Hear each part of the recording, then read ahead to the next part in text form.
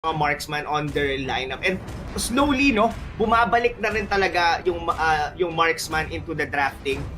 Speaking with here on Smart Omega. How about you, Wolf? Would you really like yung mga ganitong klase ng drafting? Yeah, this is so open. May up for consideration pa, up for debate kung maganda na ba na i-funnel ang isang Claude. If you are confident as a team, for sure ay maganda siyang piliin.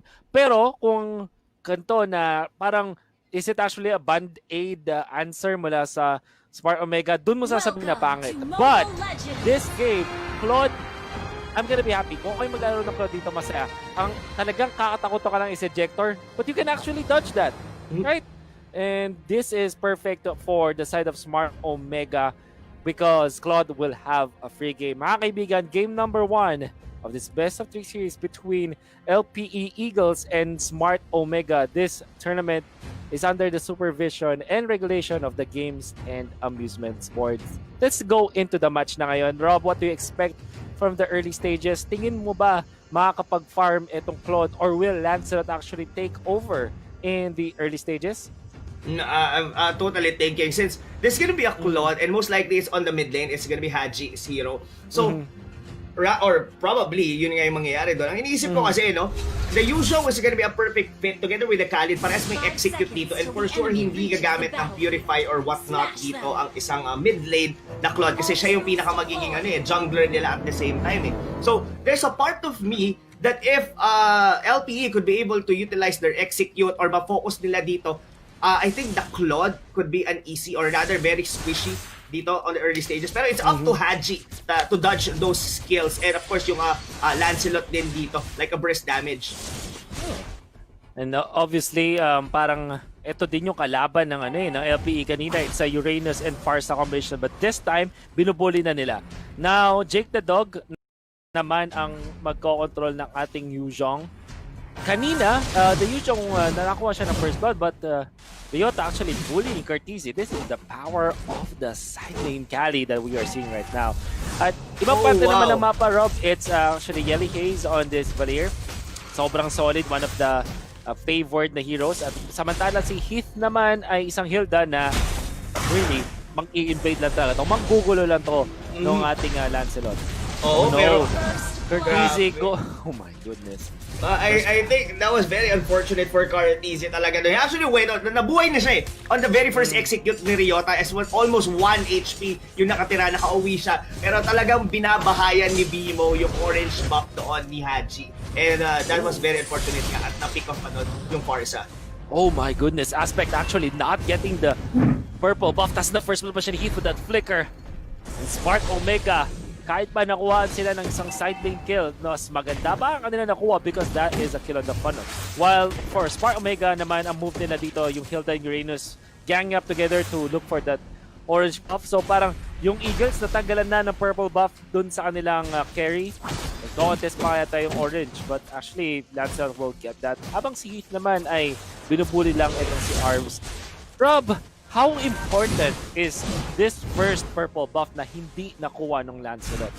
Malaking bagay. Kasi in terms of in rotation wise Pero I think may bawi pa naman if ever man makuha nila dito si Genji. Pero si Hina, sakto ang dating. He's actually protecting Uranus. Then there, napilitan si Jake the Dog na mag-ultimate. Genji will be taken out. Jake the Dog using his ultimate for that one. I think that's also massive. The fact na naboy si Aspect, I think that's good. Nagla-lifesteal na lang dito. Tapos si GZ naman ay nakapag-farm ng kanyang sarili. Mag-isa. Heath might be in trouble, or is he actually? Medyo nagumanap siya dito against Jake the Dog and Aspect. He's actually gonna be able to retreat dun sa anyang turret. Jake the Dog and the gang will just clear out the waves and magtitake na lang ng damage doon sa outer turret energy shields while into the orange buff of the Smart Omega squad. A bit of second one for HGZ. Nandito na yung si Bimo at si Ryota bullying out HGZ. Trying to take away this orange buff. Nandito si Kenji para protektahan din naman si HGZ. Natry na lang ng Omega na makuha to, but that is gonna be the retribution by HGZ to take that one. Beautifully done. Go for Bimo para mag-back na lang sila doon. Rob, I think that the turtle will be for the side of Eagle. Oo, tingin ko, well spent yun eh. Regardless na kuha doon ni Haji yung orange buff niya, tingin ko it's okay. Yung time na nakain doon nila Bimo, just being there, zoning out yung buff na yun, is naging kapalit is Turtle. Look at the gold difference ngayon ng Eagles and Omega. It's almost close to 3,000. And it's a total different Eagle that we're looking in right now compared to what they had on the very first series of today. And now, Eagles, parang they're playing on their best right now. Kumbaga, ito yung talagang galaw ng Eagle. The early game prowess that they had during the Happy Feet Emperors, ito na yon, Wolf. Oh, definitely. And I like this a lot kasi parang ang ginawa ng Eagles, instead of trying to outmatch itong ating Claude, they went in for the side lanes. Yun yung establish na yung control. Hindi man ganun agad ang start for the Lancelot because of the Kilda's presence. In the end, nakapag-farm pa rin naman yung mga ibang members ng Eagles and they also got 2 kills. That's why they are now leading. They're also making it hard for GZ to farm. Little bit of a tosser in the mid lane. Nakita si LAC ito pero naman pwede sa gumamit ng flicker. Ultimate coming out from arms. But Jake na dog sa may backlane. Si LAC is done for. Hit naman yata yung susunod na slow na nga rin with that red vision play. But Curtizy is gonna use the Marsa but it's not gonna be enough. Napakita yung Jake na Black Bimo. Curtizy in trouble. Curtizy down. And Eagles will get 3 kills in total. Ginamit yung kanilang lamang in this early stage and now they are leading by a lot. Rob, ang linis. That was very good dahil baka ma-pick up pa rin nila dito si Haji, nagamit niya ng BMI, nakaabang doon si Bino sa likod pero buti na lang nandun si LA just to show them off and Bimoyo siya pa yung mamamatay doon. Punishment. Kenji might be in trouble because of this. Lancelot bad position sa side lane. Yellow Haze will go down. Ryota, sakwi ko hindi tatama kay Kenji pero sinihit na lang ang mamamatay.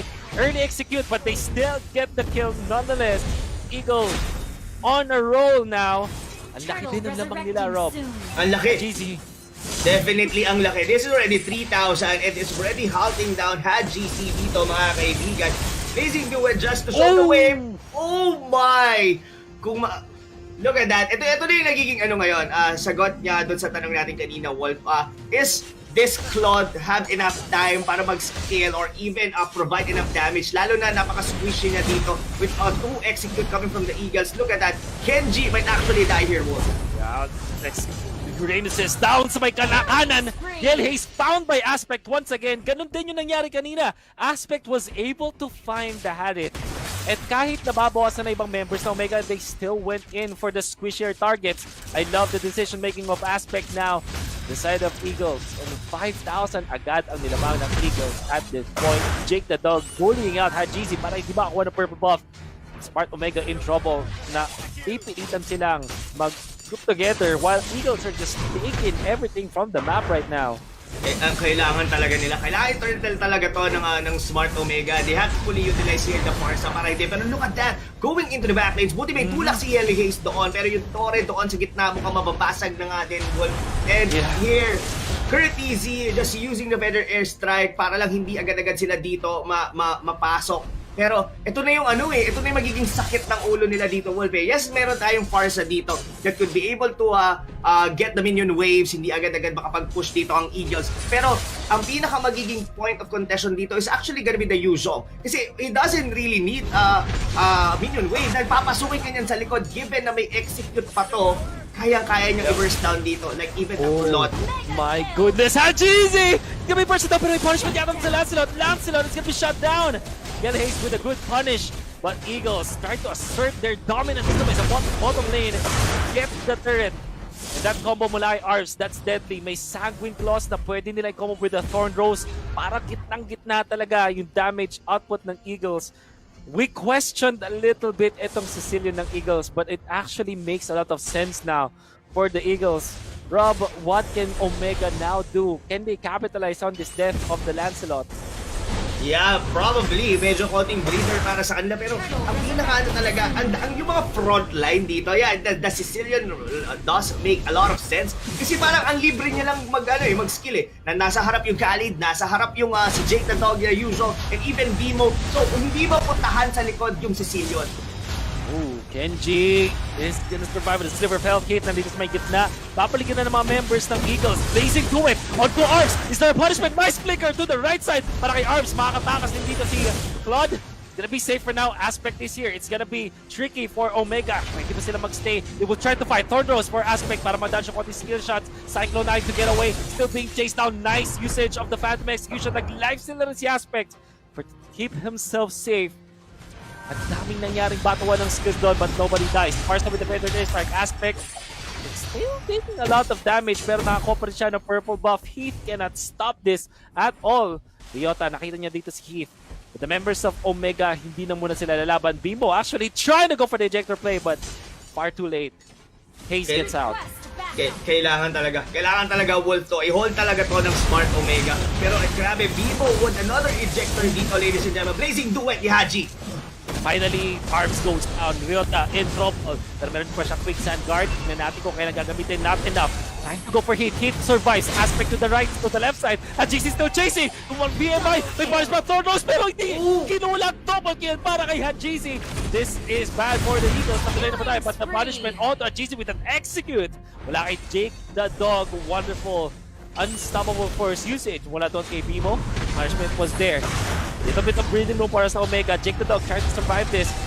Against 3, kahit sobrang taas ng farm mo, baka hindi mo kayanan. Even with their use of, but the sustain is there! Bimo trying to turn this around. With the help of Jake the Dog, dinedepensahan talaga nila yung kanilang mid lane. May cannon, nakaunti na lang yung buhay, and that's it. Defense for Eagles as they won't lose any turret from that engagement. Well played yon, Wolf, para kay Jake the Dog and as well with Bimo. Kasi kung hindi nila napatay doon, number 1 si Haji, that is a potential lord for the side of Smart Omega. Then given yung ginagawa nilang pag-show off, wala rin na-accomplish. Yes, namatay yung tatlong members dito ng Eagles, pero Smart Omega didn't even accomplish anything from that position dahil namatay si Haji and they actually tried to kill yung Yuzhong, and from there, parang nasayang yung breather na naibigay sa kanila, yung opportunity na yon from the Eagles.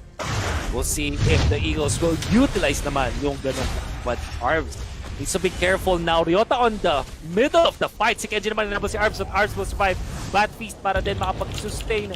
Ryota will go for the quicksand guard. Matala si Jake the Dog looking for an angle. Heath actually spotting Jake the Dog out.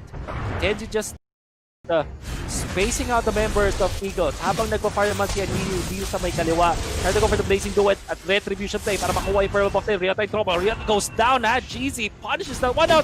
And what? A kill on the left side. This is bad for the Eagles. Dalawa ang napatay.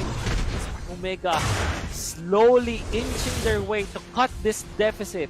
Indeed. Eagles built. Wolf, indeed, this is a very bad news para sa side ng Eagles. Slowly, nakakabawi dito Smart Omega. They were already on almost 8,000 deficit earlier. Ngayon, it's been slimmed down to 3,000, and Haji, nagkakaroon na siya, nagiging libre na, nararamdaman mo na yung damage niya dito with the items, and this might be a potential na Lord para sa kanila. Mukhang makukuha nga yata nila to Wolf.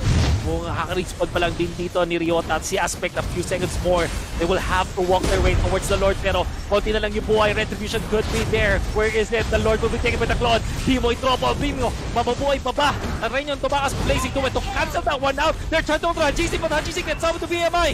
May na-kill pa dito on the Jawhead. Jake the Dog in trouble as well. Slow down. Pinapaligiran ng 4 na members ng Omega. Tinatry niyang mag-survive. Kaya ba niya? He's trying to survive, but can be shut down. Oh my goodness. Smart Omega, what a comeback. And nung 8k deficit nga na sinabi mo, Rob, it's nothing now. It's definitely nothing. This is a 1,000 still lead from the Eagles, but this is a Lord. 2-man down for the side of the Eagles. And the Claude, kung mapapansin mo, nandun na siya sa batang gitna. Hindi pa na-burst down dito ng Eagles. And how will they be able to come back from this position? The Eagles draft were supposed to win an early to mid game. They've done that. They've got their power spike. Pero sudden flip na nangyari dito, Smart Omega just showing yung experience na meron sila as a team, Wolf. It seems like it. Mukhang ganun nga kasi tama yung targets na ginaw nila mga later stages of the game na. So, dalawang outer turret na nawala. Dalawang second tier turret. Nakuha ng Smart Omega. Isa na lang yung outer turret ng Eagles. Well, technically speaking, this is an inner turret. Yung tier 2 turret po sa Mobile Legends is what we call the inner turret. So that's only one for Eagles right now. Even na rin, tig-5 turrets na nakuha na para sa teams. And even if you look at the gold, it's actually in favor of the Smart Omega squad now. na comeback is real. Ang tanong, Rob, will Eagles be able to utilize yung kanilang hero for this late game? Kaya ba na si Sicilian at ng Yuzhong to? Because Lancelot, hindi na ganun kalakas in the late stage. Hindi. Well, I mean, the Lancelot, kumbaga nagkakaroon talaga ng parang point of ano yan na parang hanggang doon lang yung kanyang power spike. Pero of course, there's this kind of thing, yung may ejector doon from hit.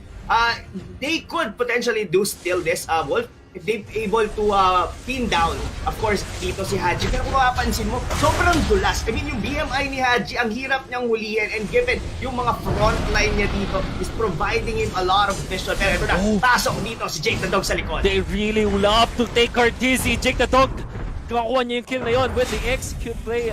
Not even an execute usage dito. Will he be punished? He's being controlled by Kenji as well. Pero dito sa may bandang kita, pinapalilaban. Aspect versus GC, and GC wins it! And may buha pa silang kill onto Bimo.